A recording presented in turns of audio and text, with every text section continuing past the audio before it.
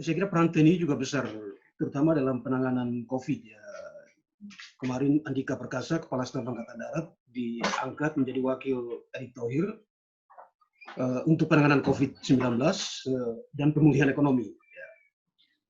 Nah, tapi saya ingin melihat dalam kerangka yang lebih luas tentang peningkatan posisi militer dan polisi di pemerintahan Jokowi, terutama ke militer. Saya kira kalau kita lihat peraturan Presiden nomor 16 ya tahun 2019 tentang organisasi Tentara Nasional Indonesia, itu yang terbaru ya, kita melihat terjadi semacam satu penggemukan di tubuh tentara hari ini ya. Struktur TNI, struktur organisasinya itu ditata kembali,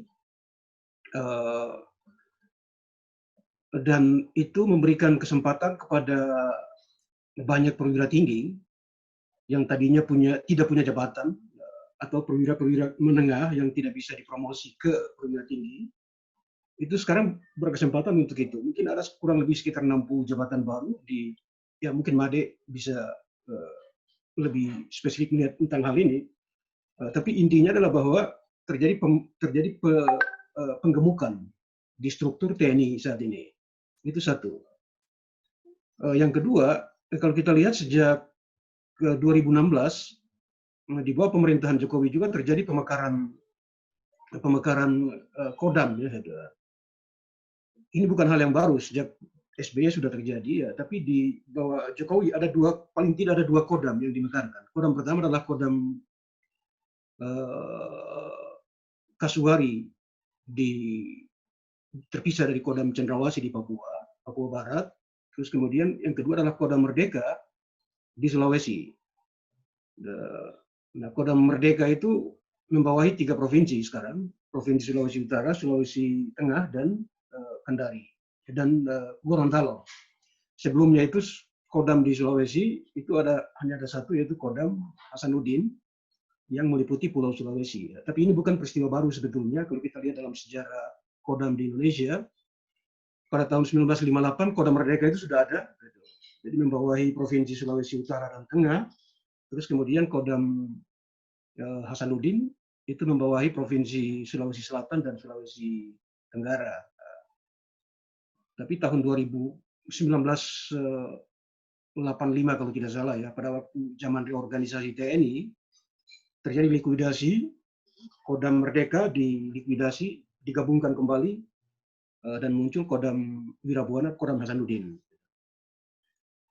Itu yang kedua tentang pemekaran Kodam. Tapi pemekaran Kodam juga punya implikasi, saya kira. Ada pemekaran mungkin Korem, ada pemekaran Kodim, terutama semenjak reformasi. Saya kira kita banyak sekali terjadi pembentukan kabupaten-kabupaten baru.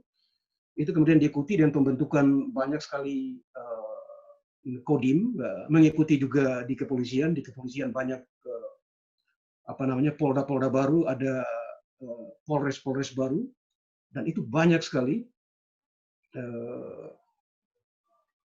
Kemudian yang ketiga yang juga ingin saya lihat adalah mengikuti Perpres yang kemarin itu, kita juga melihat terjadi pembentukan Komando Utama Operasi yang baru.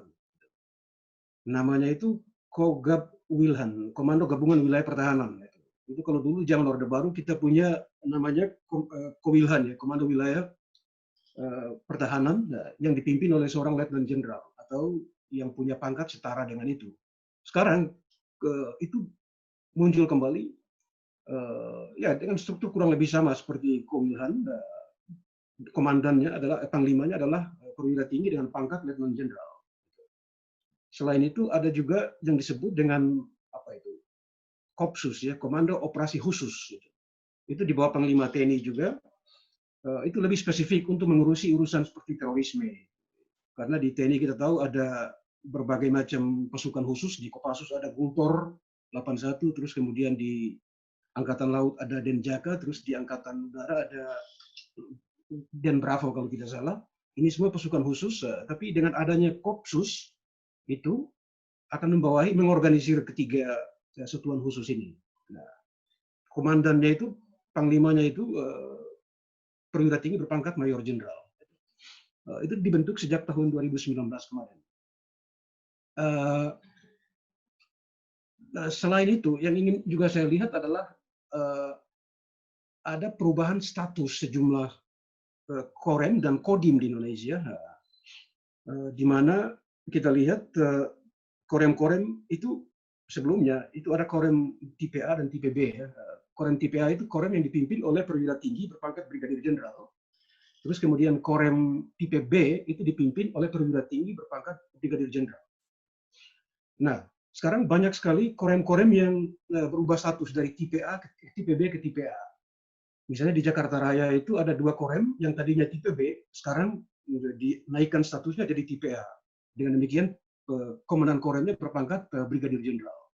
Begitu juga di korem di Bogor, korem Surya Kencana ya itu. Tadinya tipe B, sekarang naik tipe A dengan pangkat brigjen. Di Sulawesi Tengah koremnya juga namanya korem 132 Tadulako, naik status juga dari korem tipe B menjadi tipe A. Nah, apa yang kita lihat dari semua cerita ini, menurut hemat saya, sebetulnya proses penggemukan organisasi ini itu juga diikuti dengan penggemukan jumlah perwira tinggi yang harus dipromosi untuk menduduki jabatan-jabatan itu. Saya kira di masa lalu ada problem dengan banyak perwira yang tidak punya meja, tidak punya tempat kerja yang strategis, mungkin datang kantor hanya bisa baca koran, atau juga di perwira-perwira menengah. Sehingga pembentukan jabatan-jabatan baru ini paling tidak untuk mengakomodasi perwira-perwira yang tidak punya tempat penting dalam tubuh organisasi tentara. Dan itu punya implikasi sampai ke bawah juga. Kalau kita lihat banyak kolonel harus, banyak kodim naik juga status yang tadinya dipimpin oleh perwira menengah berpangkat letkol, naik statusnya menjadi kodim tipe A dengan pangkat kolonel. Di Sulawesi Tengah misalnya satu kodim di sini namanya kodim Donggala, sebelumnya adalah kodim tipe B, sekarang naik status menjadi kodim tipe A dengan perwira menengah yang memimpin itu berpangkat kolonel. Saya kira semua cerita ini itu menggambarkan betapa Jokowi berusaha untuk mengakomodasi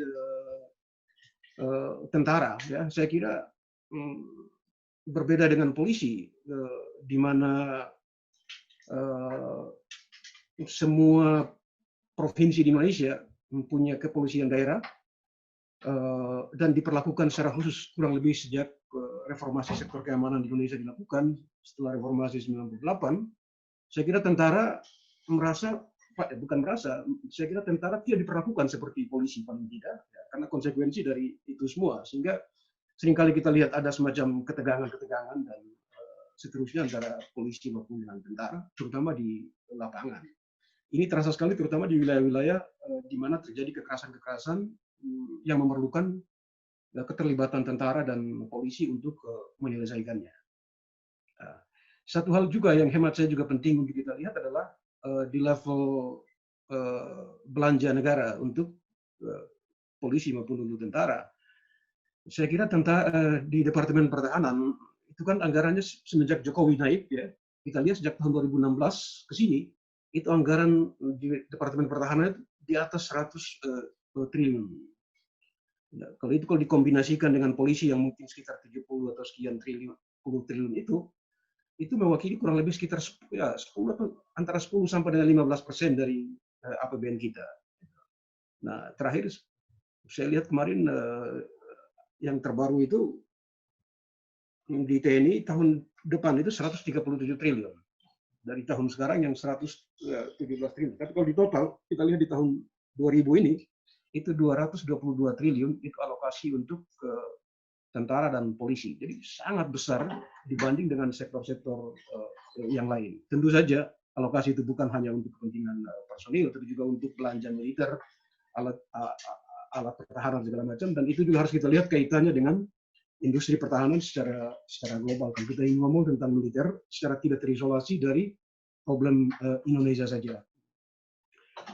Dari semua cerita ini, saya sebetulnya ingin melihatnya dari sisi yang sedikit lain, bahwa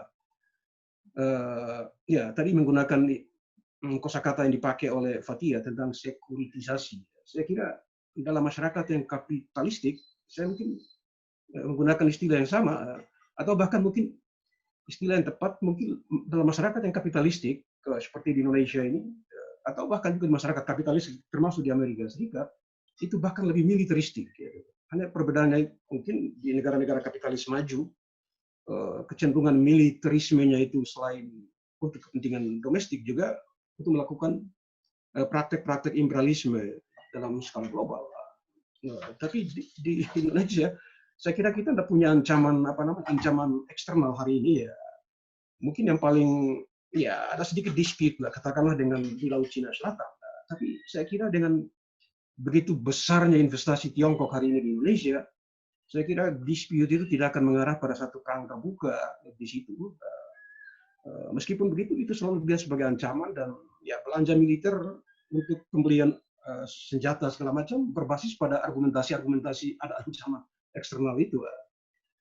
Tapi mungkin lebih baik kita lihat dalam ancaman eksternal internalnya. Kalau kita lihat ke ya Papua mungkin salah satu contoh oleh angkatan perang dilihat sebagai ancaman terhadap kedaulatan negara Kesatuan Republik Indonesia, karena di situ ada gerakan pembebasan nasional Papua, juga ada ancaman terorisme.